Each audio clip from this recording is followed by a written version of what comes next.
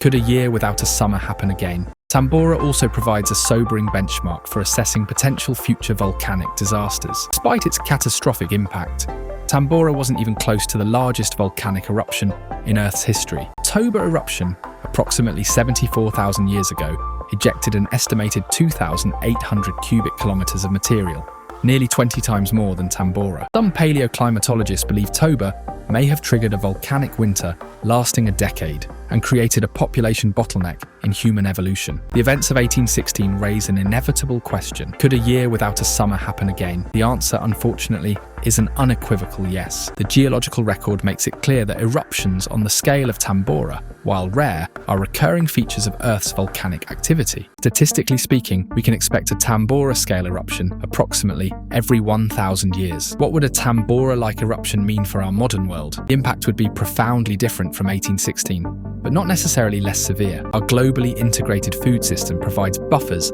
against local crop failures, but also creates vulnerabilities through its complexity and just-in-time delivery methods. Significant global cooling would affect agricultural productivity worldwide, potentially stressing this system beyond its capacity to compensate. Grain reserves in most developed nations typically hold only a few months' supply, not enough to weather a multi-year agricultural disruption. Unlike our 19th century ancestors, we have weather forecasting, climate modelling, and telecommunications that would help us understand and respond to the crisis. However, our dependence on electricity, global supply chains, and computer networks creates new fragilities that didn't exist in 1816. Insurance companies estimate that a Tambora-scale eruption today could cause global economic damages exceeding $4 trillion, primarily through agricultural losses, increased energy demands, transportation disruptions, and property damage from extreme weather events. The socio-political consequences are harder to predict, but potentially more destabilizing than the direct physical impacts. The global food crisis caused by volcanic cooling